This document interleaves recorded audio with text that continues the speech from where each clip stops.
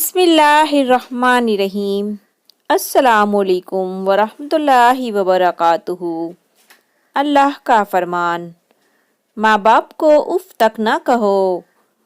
اے نبی کریم صلی اللہ علیہ وسلم، آپ کے رب نے فیصلہ کر دیا کہ اس کے سوا کسی کی عبادت نہ کرو اور ماں باپ سے اچھا برتاؤ کرو۔